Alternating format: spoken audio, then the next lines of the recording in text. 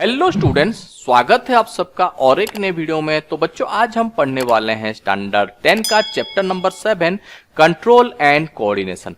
और इसी चैप्टर को भी हम लाइन बाय लाइन एक्सप्लेन करते हुए जाएंगे और हर एक लाइन को हम समझने की कोशिश करेंगे। तो बढ़ते हैं आगे, हमें इस चैप्टर में दिया क्या गया है। तो in previous chapter we looked at live process. हम अपने प्रीवियस या फिर पहले वाले चैप्टर में हम कुछ लाइव प्रोसेस के बारे में पढ़े थे, जो कि बहुत ही जरूरी होते हैं किसी भी चीज को जिंदा रखने के लिए। अगर ये लाइव प्रोसेस में से किसी भी एक लाइव प्रोसेस बंद हो जाता भी है तो वो पर्टिकुलर चीज या फिर जो लिविंग ऑर्गेनिजम्स हैं वो सरवाइव नहीं कर पाएंगे। और उस चैप्टर में हम एक नोशन के साथ भी स्टार्ट किए थे कि क्या किसी भी तरह का मूवमेंट को अगर हम देखते हैं तो हम मान के कहते हैं कि वो चीज जो है वो लिविंग है बोल के। समझ में? मूवमेंट, अगर कोई भी चीज मूव कर रही है तो वो लिविंग है। उसी के साथ साथ हम और भी एक चीज किए थे कि जो मूवमेंट होता है इसका हमेशा जो रिजल्ट होता है वो क्या होता है, वो ग्रोथ या फिर मूवमेंट की वजह से ग्रोथ होता है। जैसे कि हम प्लांट का बात करते हैं, प्लांट में क्या होता है, जो सीड्स जर्मिनेट होता है उसके जो रूट्स जो होते हैं वो धीरे धीरे ग्रो करते हैं, या उसके बाद धीरे धीरे ग्रो करने के बाद उसका वो सॉइल को जो है वो धक्का देगा और वो बाहर आने की कोशिश करेगा। तो यहाँ पे तो बात आ गया कि ये जो मूवमेंट होता है हम इसको रिलेट किए किसके साथ, ग्रोथ के साथ। समझ में आए? बट क्या होता है, कुछ दिन तक ये तो ग्रोथ तो हमें दिखते ही है, मतलब प्लांट जो होता है वो कुछ दिन तक ग्रो तो करता ही है, बट एक सर्टेन हाइट तक पहुंचने के बाद क्या हो जाता है, उसका ग्रोथ जो है वो स्टॉप हो जाता है और किसी भी तरह का जो है वो मूवमेंट हमें देखने के लिए नहीं मिलता।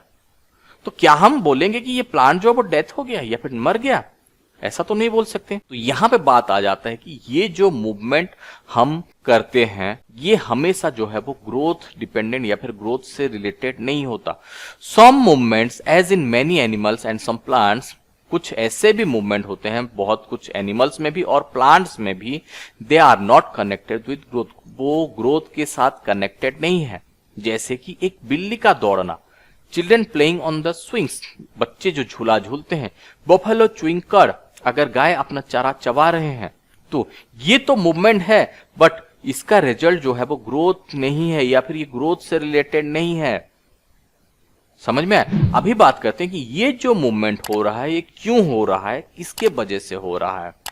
तो सबसे पहला हमें यहाँ पे वही सेम क्वेश्चन पूछा गया है, why do we associated such visible movements with life. तो अगर ये तो हमारा तो ग्रोथ तो नहीं हो रहा है, बिल्ली अगर दौड़ते हो जाती तो उसमें तो ग्रोथ तो नहीं हो रहा है, बट हम लोग इसको लाइफ के साथ रिलेटेड क्यों करते हैं।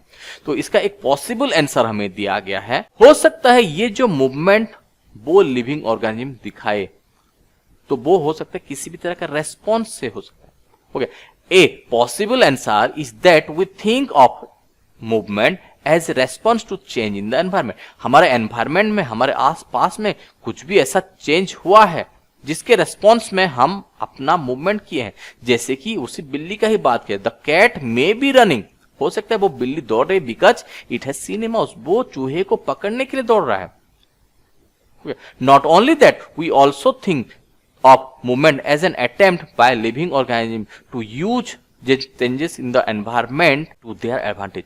हो सकता है ये हम environment में कुछ इसी सब से चेंज हुआ, उसका हम फायदा लेने के लिए हम अपना मूवमेंट किए। समझे? एक हो गया हम किसी भी चीज को रेस्पॉन्स किए, दूसरा बात ये आ जाते हैं हम अपने एनवायरमेंट में जो कुछ भी चेंजेस हुआ उसका एडवांटेज लेने के लिए हम अपना मूवमेंट शो किए। जैसे कि प्लांट का बात किया, plants grow outs into the sunshine, plant जो होते हैं वो ग्रो करते हैं कहां पे, सन जहां पे प्रेजेंट रहता है। बच्चे जो झूला झूल रहे हैं ये कुछ मजे करना चाहते हैं, हो गया, they to get pleasure and fun out of swing. समझ में आया? और ये जो गाय जो अपना चारा चबा रहे हैं, हो सकता है ये अपना डाइजेशन को अच्छे से करना चाहते हैं, क्योंकि जो कॉम्प्लेक्स फूड वो लोग खाए हैं उनका बॉडी जो है उनको अच्छे से डाइजेस्ट नहीं कर पाता, वो उसको चबाते हैं ताकि उनका फूड जो है वो बेटर डाइजेशन हो सके। तो अभी जितने भी हम लोग पढ़े, इसका मतलब क्या होता है, ग्रोथ या फिर जो मूवमेंट होता है ये हमेशा ग्रोथ से रिलेटेड नहीं होता। सबसे पहला बात तो मूवमेंट किसके साथ रिलेटेड हो सकता है, आइदर हम लोग रेस्पॉन्स करके भी हमारे अंदर कुछ ना कुछ चेंजेस ला सकते हैं, या फिर हमारे एनवायरमेंट में कुछ ना कुछ ऐसा चेंजेस हुआ जिसका हम बेनिफिट्स लेना चाहते हैं और हम जो है कुछ रेस्पॉन्स शो करते हैं। उसी के साथ साथ हमें कुछ और भी एग्जाम्पल दिए गए हैं। When bright light is focused on our eyes, जब भी सडनली हमारे आंखों में ब्राइट लाइट आ जाता है या फिर गिरता है, देन और we touch a hot object, या फिर हो सकता है हम किसी गर्म ऑब्जेक्ट को छूने वाले होते हैं और हम लोग सडनली हमें पता चलता है and we generally withdraw our hand, withdraw कर देते हैं। किसके लिए? हम खुद अपने आप को प्रोटेक्ट करने के लिए। तो यहाँ पे बात तो ये तो समझ में आ गया होगा कि मूवमेंट जो होता है वो ग्रोथ से रिलेटेड नहीं होता, कभी कभी हम लोग रेस्पॉन्स के रिलेटेड भी हम अपना मूवमेंट शो करते हैं। अभी देखते हैं कि एडवांटेज क्या क्या हो सकता है। एडवांटेज के लिए एक बहुत ही बढ़िया एग्जांपल आपके यहाँ पे दिया गया है।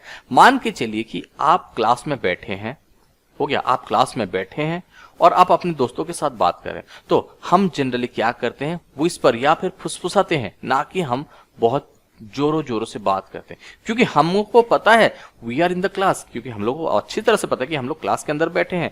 और अगर हम तेजी से बात किए या फिर लाउडली अगर बात करते हैं तो पिटाई होना जरूरी है। तो इस वाले एग्जाम्पल से हमें क्या समझ में आया कि हम लोग तो रेस्पॉन्स करते ही हैं, बट जो कुछ भी रेस्पॉन्स हम शो करते हैं ये कंट्रोल्ड होता है। समझ में आ गया? पहला तो हम लोग रेस्पॉन्स किए, बट ये जो कुछ भी रेस्पॉन्स हम लोग किए ये पूरा का पूरा अंडर कंट्रोल होता है। समझ में आया? तो अभी बात आते है क्या ये जो कंट्रोल है ये करता कौन है। तो यहां पे हमें दिया गया such control movement must be connected to the recognition of various event in the environment. और ये हम कौन से एनवायरमेंट में हैं, कैसे एनवायरमेंट में हैं, किस तरह के किसके बीच में खड़े हैं, ये सब जो है वो डिपेंड करता है हमारे रेस्पॉन्स के ऊपर, followed by only the correct movement in response. और उतना सब कुछ डिपेंड करने के बाद हम कुछ ना कुछ रेस्पॉन्स जो है वो करते हैं। समझ में? In other words living organism must use system providing control and coordination. तो लिविंग ऑर्गेनिज्म के पास ये सारे के सारे चीजों को कंट्रोल करने के लिए इनके पास एक प्रॉपर सिस्टम प्रेजेंट रहता है, और उसी प्रॉपर सिस्टम के बारे में हम अपने इस चैप्टर में पूरा का पूरा पढ़ने वाले हैं। समझ में आया बच्चों? तो बच्चों ये था इस चैप्टर का इंट्रोडक्शन। तो इसके आगे की वीडियो देखने के लिए इस वीडियो को लाइक कीजिए, इस चैनल को सब्सक्राइब कीजिए। मिलते हैं नेक्स्ट वीडियो में, तब तक के लिए बाय बाय।